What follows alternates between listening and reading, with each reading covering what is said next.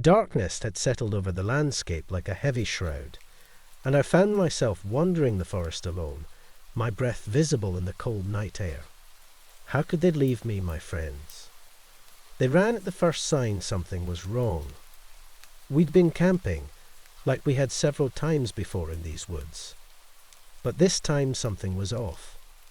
We'd heard strange noises in the distance, like a howling, but it didn't sound like any animal that we could recognize. We brushed these off as wolves in the distance. They sounded quite far away, but we pitched our campsite a few miles in the opposite direction just to be safe.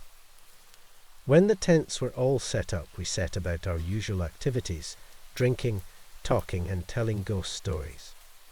We took turns telling the scariest stories that we could think of, but on this night, the tales seemed closer to reality than ever before. We all seemed on edge, and a general sense of unease settled over us. No longer feeling the same buzz and enjoyment that we normally do, we decided to get some sleep ready to hike further into the woods tomorrow.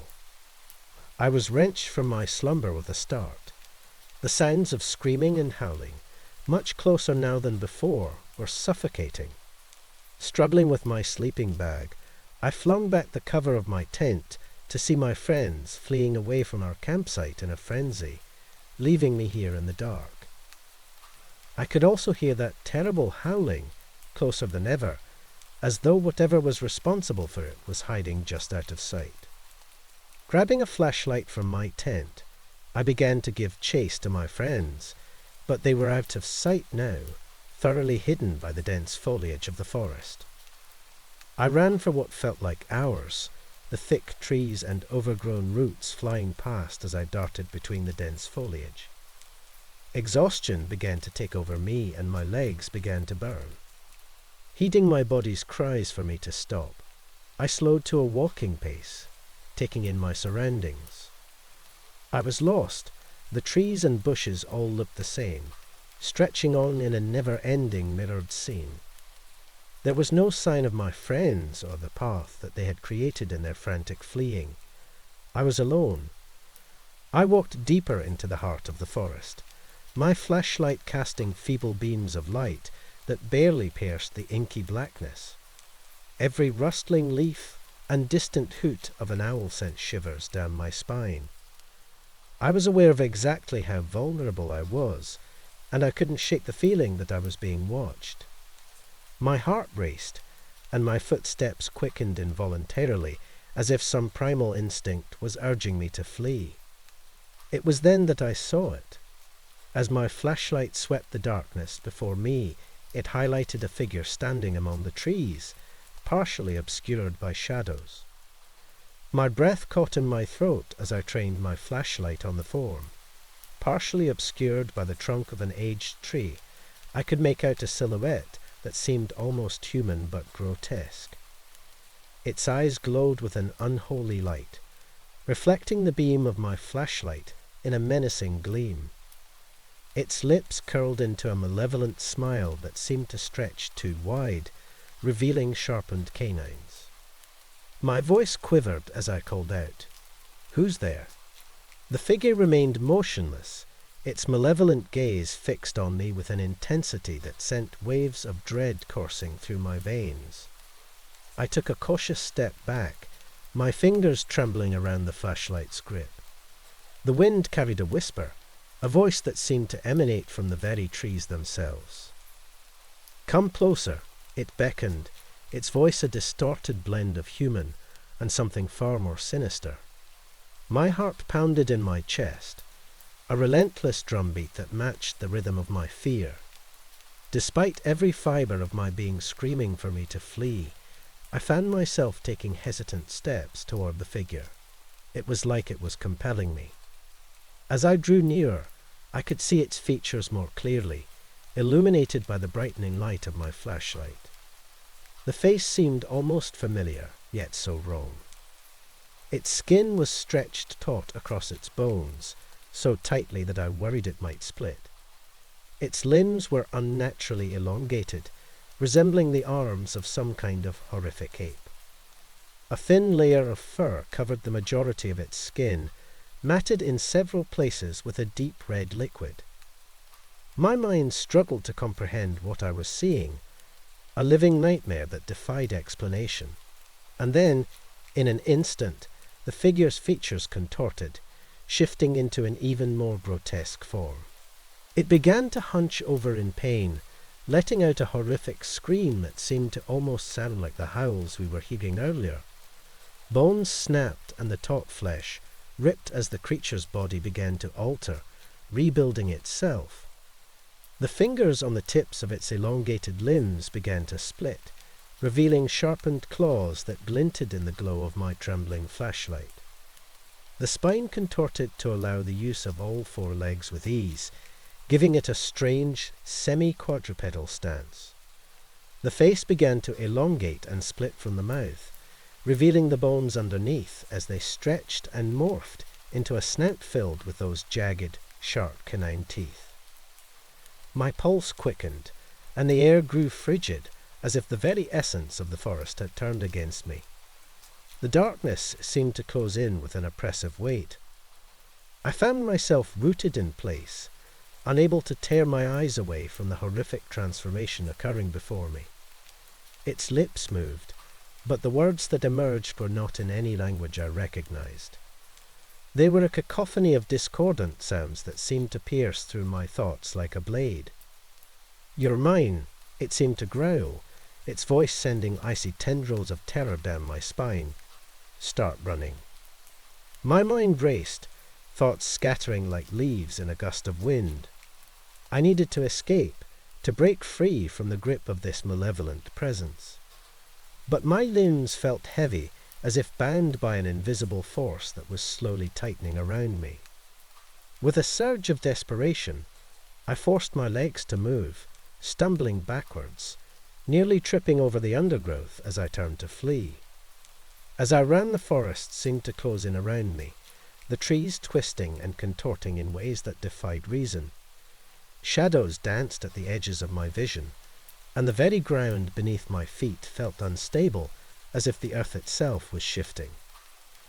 A chilling howl ripped through the air, joined by a chorus of screams that seemed to come from every direction at once. The figure pursued me, its form flickering in and out of the trees, like a ghostly apparition, slowly gaining on me. My breath came in ragged gasps, and panic threatened to consume me whole. My lungs burned, and my muscles screamed in protest. I sprinted through the underbrush, branches clawing at my skin and grazing my face, but the figure was relentless in its pursuit. Its howling grew louder, mingling with the sounds of the forest until they were one and the same. I could hear its thudding footsteps and the snapping of twigs behind me, getting ever closer. My mind felt like it was unraveling, the boundaries between reality and nightmare blurring into a twisted tapestry. How could this be happening? And then, just as I felt my strength waning, I burst through the tree line and into an empty clearing bathed in moonlight. I collapsed to the ground, my chest heaving as I struggled to catch my breath. My body was giving out. My muscles were on fire and unresponsive to my commands. I lay there, waiting, expecting to feel the vicious claws or teeth of that horrid abomination tear through me, but they never came. Slowly and with great effort I lifted myself onto my side and looked back in the direction of the forest I fled from. The creature had come to a halt at the edge of the forest, its distorted form contorting in frustration. It was glaring at me with intense rage. I could feel a hatred in its gaze, but it didn't move any further. It was as though it couldn't leave the edge of the tree line. With a final, chilling howl, it seemed to retreat into the darkness of the forest, leaving behind only a lingering sense of malevolence. The forest was silent once more, the night air carrying only the rustling of leaves in the wind. Relief washed over me as I realized I had escaped the clutches of a creature beyond comprehension, a being that existed on the fringes of our reality. But what was that thing? I could feel the weight of the ordeal and the fatigue of fleeing catching up with me. My vision began to blur and I passed out. From that point things are a little hazy. I don't know how long I was in that clearing before I was stumbled upon by a pair of hikers. They found me curled up and crying before bringing me back to the ranger station. After I'd calmed down enough to realize I was safe, I was interviewed by the police. 2 officers came out after being called by the ranger. They sat me down in what I assume was the waiting area on a large sofa where I went through in detail what had happened, knowing full well how crazy I sounded. When I began to describe the creature, the officers both looked at each other, exchanging an almost knowing glance. After I'd finished my story, they didn't seem as doubtful of my story as I expected. They asked a few follow-up questions before thanking me and getting up to leave. Just as they were turning to leave, a sudden moment of clarity shot through me, and I proceeded to ask about my friends, if anyone had seen them or heard anything from them after they fled. There's been no reports of anyone else in those woods, was all the officers could say. My heart sank. Although they'd abandoned me, I still cared about them. No one had seen or heard from my friends, not even the rangers. The police sent out a search party to the location I gave them for the campsite, but all they could find was the tattered remains of our tents, as though a wild animal had torn through them. It wasn't until I overheard the rangers and the officers talking that another chill ran through me. It was only a small sentence, but it horrified me nonetheless. That's the 3rd one of these in as many months. We'd best find something else before the next full moon.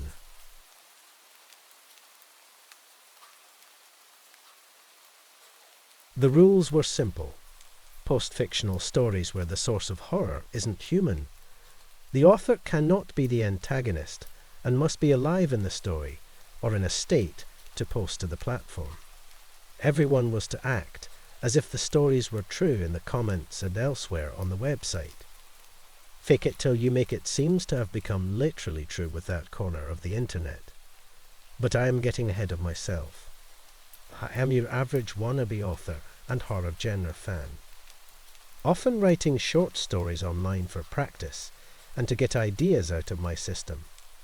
So it was only natural that I found myself on the social media platform reading horror short stories, admiring the talent of authors on the platform, and getting no sleep. When I had the time and inspiration, I'd occasionally contribute to the platform. Even though I must admit, my writing wasn't super popular or well received, but that's how I know for sure that the stories were fictional. You know, when I heard the news. I am not going to share the name of the website for the obvious reason. Now that the horrors from the site are coming true, I don't want evil humans/beings to add to our terrible experiences. When you love writing horror, you figure out that the source of horror can be anything. People's creativity and ideas turn everyday objects and places into thrilling, horrifying tales. I never thought I'd become a part of a very real one myself, though. And that is what makes this so scary. You can't trust anything or any place now. We have multiple places that are infested with zombie-like entities, sinister buildings, horrible paintings coming alive, aliens hiding under human skin, video games controlling life, ghosts with real powers, and not just something Grandma cited in her young days, spirits taking over people's thoughts, and other unimaginable terrors. Actually, now that I think about it, they are very imaginable, because someone imagined each of those before they came alive. It all started with a news report as I sipped my morning cup of organic cacao and creamy, nutty-flavoured oat milk. The mug felt heavy in my hands, and the light blue and white aesthetics on its outer surface made it a perfect way to start my day. I turned to my phone and opened the local news app, which essentially is a YouTube copy, but for the local news in my city. Different local news channels can post news and broadcasts on the same app. The first channel I clicked on was a live broadcast. The city's police force is shocked with the sudden surge of cases involving supernatural beings. Before I could proceed further, I got a notification of a text message from my friend. I momentarily zoned out as I read the text. "Girl, I think my bunny angel dolls aren't regular dolls. They are alive." I saw this text, and before I could even think about what to think about regarding the text, she sent another one. "And they are fucking up anyone who is being mean to me." And another one, even as a joke. Something about the text sounded familiar, and I remembered the story I read about the bunny collectible baby angel dolls on the website. The dolls are famous for being collected by young working women in their 20s and 30s. They are meant to provide stress relief and protection to their owners. The story revolved around the dolls suddenly coming to life and killing everyone the dolls' owners loved. "Diana, stop playing with me. It's like 6 in the morning. I didn't know you followed too." I typed and went back to my app. Just came in that a subscription service for skincare is making people believe their skin isn't real, so much so that many of them are attempting to peel their skin with knives and other objects. I almost spit out my drink. I definitely knew this story. It was from the same social media website. Using a test before you buy skincare product line, the protagonist began to see their distorted image in pictures, reflections, and ultimately in the mirror. The moisturizer that promised an ethereal glow ended up convincing the person that someone was trying to get into their body, skin deep. Whatever it was trying to take over their life while trapping their conscience in a small part of their mind, Get Out style. The story ended with them trying to take their skin off. Is this a prank? I thought, then switched to a different news channel. People are being warned not to go running near the beach at night. No, it isn't a tsunami warning, shark danger, or human thugs. In what seems to be a straight-out-of-fiction movie, footage recovered from a lighthouse shows that a ship has been seen picking up passengers and sailing away to nothingness night after night. Before the newsperson even said another word, I remembered the story I had read. A humongous ship appears exactly at 3:13 a.m. at a specific beach every night. Anyone present on the beach at the time, regardless of who they are or their mental condition, is convinced they need to be on the ship, no exceptions. At 3:33, the ship turns, and after moving forward a couple of meters into the sea, it disappears. No way, no freaking way. It was too much to take early in the morning. You will think this is something that only happens in the movies, but I legit thought about whether I was just dreaming the entire thing and pinched myself. A thought entered my head, a story I had read the day before. The story said that the sky was turning strange colours, and we could see big planets and portals in the sky, as if they were right here, next to Earth. It was a sign that a portal to a different world had opened to ours. If this stuff from the stories was true, the sky would be strange. I looked at my phone. 6:30 a.m. it showed me. I swallowed and walked up to my blinds.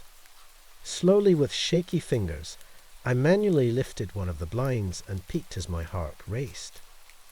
It was a glowy pink holographic colour. The shades seemed strange. White, bright planet-like orbs hung in the sky. I quickly closed the blinds. Before I could figure out what to do with what I now knew, there was a knock on my door. "Oh, fuck, fuck, fuck," I whispered under my breath. My steps approached the door to my apartment slowly. I was shaking as I put an eye into the peephole. I looked and stared out and saw nothing. I know what you'll say about what I did next. I know this was a dumb thing to do, but I was so shit scared that my brain just wasn't working. I opened my door and peeked into the hallway outside. I saw no person anywhere close. As my eyes were scanning the area, I looked down and saw an envelope. In neatly typed letters, I saw 6 block words on the top of the white formal envelope. "New rules for staying at," it said. The blank space had the name of my apartment complex. I felt a sinking feeling in the pit of my stomach. This story never ended well. I picked up the envelope and tore it into pieces immediately. I dropped the tiny bits of paper from the envelope and the sheet inside of it to the floor, but from the corner of my eye, I saw something move. I thought I saw a bug move in my direction from the end of the hallway where the elevators are. So I turned my attention towards the now rapidly fast-approaching insect. It wasn't a bug. It was one of those bunny angel dolls. It had a grey headgear and a tiny unclothed body made of plastic. The thing ran with its tiny-ass plastic legs at an abnormally fast pace. I took off my slipper as quickly as I could. As soon as the doll came close to me, I hit it with my slipper like a tennis racket hits a tennis ball with all of the force in my body and yeeted that thing straight into the closing elevator door. The doll crashed at the backside of the elevator just as I heard the elevator doors close. I ran in as my phone rang and locked the door shut behind me. I knew better than to pick my ringing phone up and had a new voicemail immediately. Later, when I opened the voicemail, it was someone trying to give me a new set of rules. Deleted that thing before they could say one word of the rule. There are rules in my kitchen microwave that I just installed yesterday. There is a set of rules stuck outside my window, which is on the 3rd floor. When I tried to turn on the news channel again, the news anchor was trying to share a set of rules.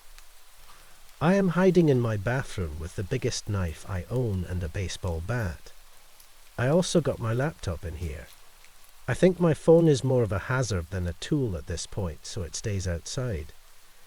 After researching the web, I've realized the sky is this holographic pink only in my city. I think that, as of now, the stories are only manifesting here.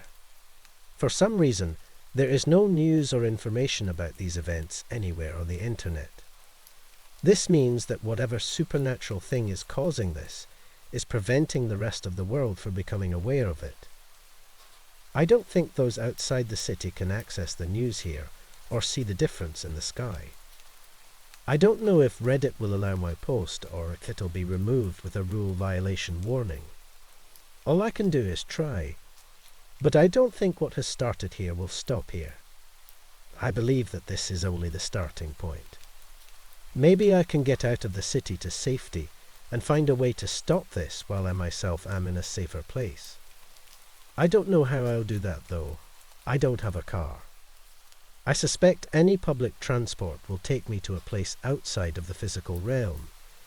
A theory I have is that the collective conscience and fear of the people on the social media platform have birthed life into their fictional stories. Maybe it is their collective effort that can make this stop. This device will get discharged soon. I will have to go out at some point and get my charger. I'll probably have to get out of the house at some point too, but those damn dolls.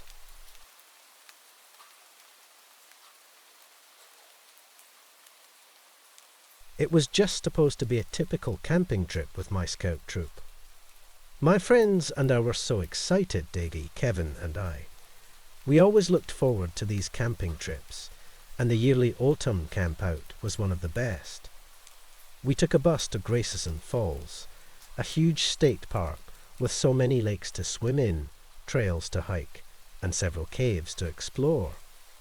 All the local scout troops would be there, 10 in all, and we would meet in the Starfall campground for the jamboree.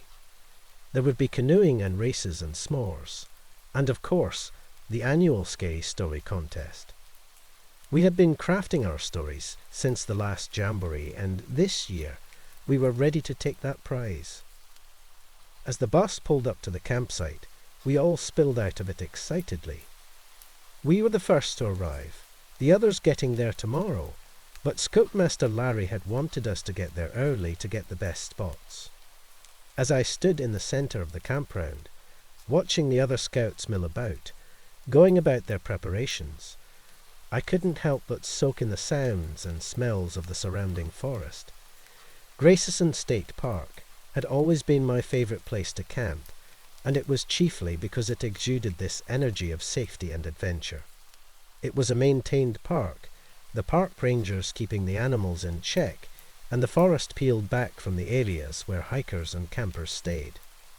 Even so, it wasn't too hard to imagine a wolf or a bear watching from the trees, just waiting to pounce on the unexpected. It wasn't too far-fetched to think that something mysterious or unknown could be lurking in those woods. We set up our tent a little further back than the others. Scoutmaster Larry had given us a set area where we could pitch our tents, and we had set our own tents at the edge of this. We wanted to feel like real scouts, like trailblazers, and I imagined us like old-timey explorers as Kevin and I set up our tents. Davy had disappeared, and I assumed he was getting water or firewood or something. No sooner had I set up my tent, though, than Davy hissed at us from the woods. "Nice campsite, but follow me if you girls want to do some real camping," he said, motioning us into the woods. But Kevin started. "Scoutmaster Larry said." "Who cares what Scoutmaster Larry said? Do you want to camp or what?" We looked at each other.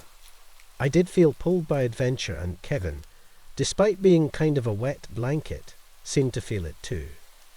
We nodded, and Davy set out his plan. We would leave our tents here as a decoy, since they were already set up, and move off into the woods. Davy knew of a place where he had set up his tent, where we could do some actual camping for the night, away from the adults and other scouts. It would be like camping on our own, being explorers, and roughing it for real. "But what if they look for us?" Kevin asked. Davy just waves his hand at the question. "We'll go back to eat, and then after dinner, we'll head back to the site. We'll wake up before anyone gets good and stirring tomorrow, and be back in the camp before they notice anything." I had to admit, it wasn't a bad plan. We would strike the camp after tonight, and rejoin the jamboree tomorrow as the others arrived. No one would miss us for just one night, not with so many other scouts around. Kevin and I agreed to go look at the campsite first, wanting to see where he had put it before we committed to staying the night. And so we plunged into the forest, Davy leading the way.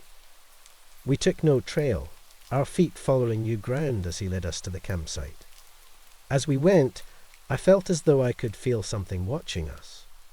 It was still early afternoon, and the forest was alive with the sounds of nature, but this tickling on the back of my neck felt a little sinister somehow. I turned to glance around as we went, but I saw nothing more dangerous than a blue jay or a squirrel. I decided I was being silly, and caught up with Kevin and Davy as they headed for our secret campsite. Even Kevin had to admit that the campsite was pretty cool. It was set in a small clearing, and complete with a fire pit that led me to believe that other scouts had used this site before. His tent almost looked out of place here, and I could just imagine scouts before us sleeping under the stars in sleeping bags. Davy asked us what we thought, and I could see that both of us were sold on the idea of a rustic campout in the woods. We both agreed to come back after dinner, and thus we returned to the group. The rest of the day went by fairly uneventfully. We returned to find a hike about to begin, so we tagged along as Scoutmaster Larry showed us nature's glory. We were a little nervous that they might happen upon our campsite, but the hike took us around the nearby creek and up to a natural waterfall that fed from the lake nearby. As we returned, Scout Leader Mark had our dinner cooking over a small fire near the councillors' tents. We set about preparing for the meal, and soon we were all stretched out on the grass eating campfire stew and hardtack bread. As we ate, Scoutmaster Larry laid out the day's events for tomorrow's jamboree. It would be a whole day of canoe races, decathlons, contests, and all of it capped off by the scary story contest at the s'more roast. All of us were chattering quietly as we headed off to bed, the sun setting behind us, as the three of us pretended to head to our tents. As the sun set low, we moved into the woods and made our way to the campground. As we followed Davy into the woods, I began to hear something strange in the surrounding green. It started as an overriding noise, making Kevin and Davy hard to hear even at close proximity.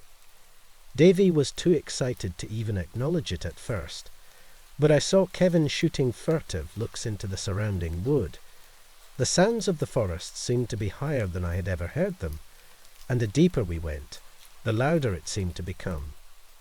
The birds sounded like a flock, squawking and chattering animatedly to each other, and many of them sounded like species not native to the region. The scouts are taught to identify local birds. It's for a badge, and many of these sounded different from the finches and quail you usually heard this time of year. I heard deer grunting and the yowls of cats, the growl of a bear, and even the throaty howl of a wolf. The strangest thing of all wasn't the sounds or the presence of non-native animals, though. The strangest part was that each cry was exactly the same. Same sound, same volume, same everything. The others could hear it too, that much was obvious, but they were pretending they couldn't. We could all hear the sounds of animals, all of them too loudly. Kevin was starting to cry. Davy kept insisting that once we made it to the campsite, everything would be okay. He was pulling Kevin along by now, Davy's hand wrapped around his wrist. Kevin was nearly frozen with fear, and I could see his eyes shining as he was half dragged through the trail. When we reached the tent, we all went straight in, not daring to even start the fire we had built up to use that night. We huddled in our tent, Kevin hyperventilating, as Davy and I peeked out through the flap. The forest was still very loud, very populated, but it seemed to stop at our campsite. It was like a song heard from behind a door. You know the song, but the words are muffled. We watched the woods, both of us agreeing that we couldn't go back. We would have to stay here tonight, and Davy said we should sleep in shifts. There's definitely something out there. If we sleep in shifts, we can catch it if it tries to sneak up on us. I agreed, but for the moment, the two of us just watched the woods. The noises were moving away, like a troupe of actors on the move, and Kevin came to join us as well. We spent an hour watching the woods, and I was unsurprised when I looked over to find Kevin snoring in a corner. The adrenaline was kicking out, and we were all getting tired. I told Davy I was going to lie down as well, but I just couldn't get comfortable. I was so tired, but my mind wouldn't shut off. I lay there, angrily tossing, for what felt like hours, and that was probably why I heard them. I had just started to doze when the first of the voices scraped across my senses. I woke up to find Davy and Kevin stirring, woken up by the voices from outside the tent. They were familiar voices, campers and scoutmasters we knew, all of them calling our names. They were out in the woods at night searching for us, and their voices clattered through the dark wilderness in a jarring way. They were too loud somehow, disturbing the perfect silence of the nighttime forest. They also seemed wrong somehow, like the animal sounds from earlier. Each of them was the exact same name, called in the exact same way, again and again. Davy opened the tent, looking out into the darkness, looking for flashlights. The forest was still dark, the crickets, and the night birds alarmingly silent. The quiet of night was disturbed only by the yelling searchers, and the sound of their voices was making my skin crawl. Kevin seemed shaken as the voices grew closer and closer. Maybe we should just go to them, guys. They're going to be mad if they find our tent out here. We can just say we were out here using the bathroom. His voice shook as he said it, and I could tell he was getting ready to bolt. Kevin was the type who feared getting in trouble more than silly things like possible death. Davy turned away from the flap to look at him. Are you crazy? If we stay right where we are, They'll never find us. Kevin, however, didn't seem so sure. As we stood at the tent flap, watching the woods and listening to the voices, Kevin made a sound like a wounded cat and made a break for the woods. He shoved past us and went running into the brush, yelling that he was sorry for making them look for him. We heard him apologizing until his yells were suddenly cut off. He was stammering apologies 1 minute, and the next he was silent as he grave. Davy and I stood looking out into the woods, shuddering in the sudden silence that held sway across the dark green world. Then, as suddenly as they had stopped, the voices began again. We could hear Kevin's voice amongst them, calling for us to come out. "Davy," I said, both of us still looking out into the woods, my eyes having just realized something my brain should have a long time ago. If they're out here looking for us, why don't they have flashlights? Davy contemplated this, and it seemed to scare him just as much as it scared me. We went back inside, huddling in our tent as the voices grew closer and closer. Davy zipped up the doorway and walked backwards into the suddenly flimsy canvas tent. He seemed afraid to turn his back on the doorway and just sort of stood in the middle as he kept his eyes fixed to the secured opening. I hunkered in my sleeping bag, listening to the voices call our names as they came closer and closer. Davy shuddered, cocking his head like a dog who hears a noise. He suddenly took a step back towards the door, and I yelled at him to get away from there.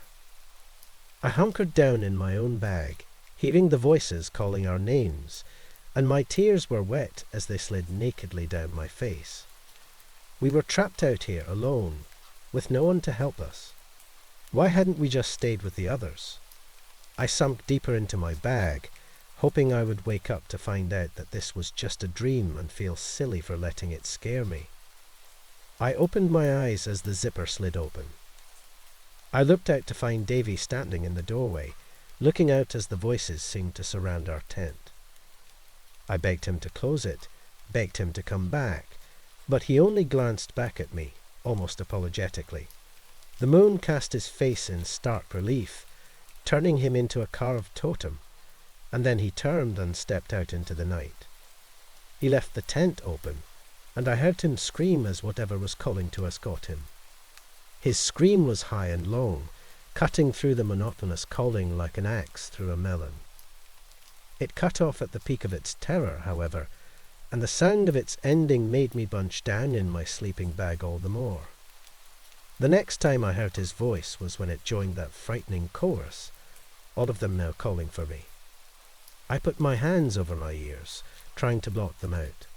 I wanted them to stop. I wanted this to all be over, and as I sat shuddering, I suddenly became aware that I couldn't hear anything. I pulled my hands away from my ears, slowly at first, and heard nothing but the silence of the outside night. I looked to the flap of the tent and found only the soft rustle of the fabric against the zipper as I began to worm out of the warm embrace of the sleeping bag. I got about half out, when suddenly they were all around me. Their hands pushed at the walls of the tent. Their faces were canvas-covered masks as they tried to press their way inside. I could see their terrible features and hear their ragged breathing as they all shoved at the thin barrier of my tent. There were so many of them, adults, children, animals, and others who resembled nothing so much as skeletons with vaguely human shapes. A shadow fell onto the floor of my dwelling, and I looked to see one framed in the open doorway. I zipped my sleeping bag shut then, and hunkered at the bottom, a snail trapped inside its shell. Outside, I could hear the monotonous voices surrounding me again, moving in for the kill as I shuddered in the bottom of my sleeping bag. When I heard the metallic sound of the zipper, I knew I was done for. The creature sank its face into the mouth of the sleeping bag, and I cowered as its bony face leered at me. As it opened its mouth, it screamed my name, lunging at me with its bony teeth, its pale white skull luminescent in the darkness of the bag. I died with the sound of my own name fighting against the rippling scream that rode up my throat. The scouts around the fire looked at me as though I was from another planet. The campfire was the only sound, the logs crackling merrily, as the collected troops sat looking at me as I stood in the story circle. Even some of the scoutmasters looked a little rattled by the story, but slowly they started to clap. Scoutmaster Larry clapped the loudest, shaking his head as he approached. "Now I see why you wanted to go last. That would have been a hard story to top. I think we can agree which story wins this year's Jamboree Scary Story Contest." The applause picked up then, and Davy slugged me in the arm as I sat back down. "Can't believe you kept that to yourself all week. I thought Kevin was gonna pee his pants." "Was not," Kevin said petulantly, though he looked a little pale, nonetheless. I smiled. Storytelling was something I was good at, and it was always nice to be recognized for my talents. I let my mind slip into the woods around us, hearing the call of the night birds and the whimper of the wind. Perhaps there was something like that out in the woods of the state park. Who could say what lurked in the deep pockets that surrounded area made for man? I felt myself shiver a little as the wind pushed a sound across my senses, a lonesome sound that sounded eerily like my name.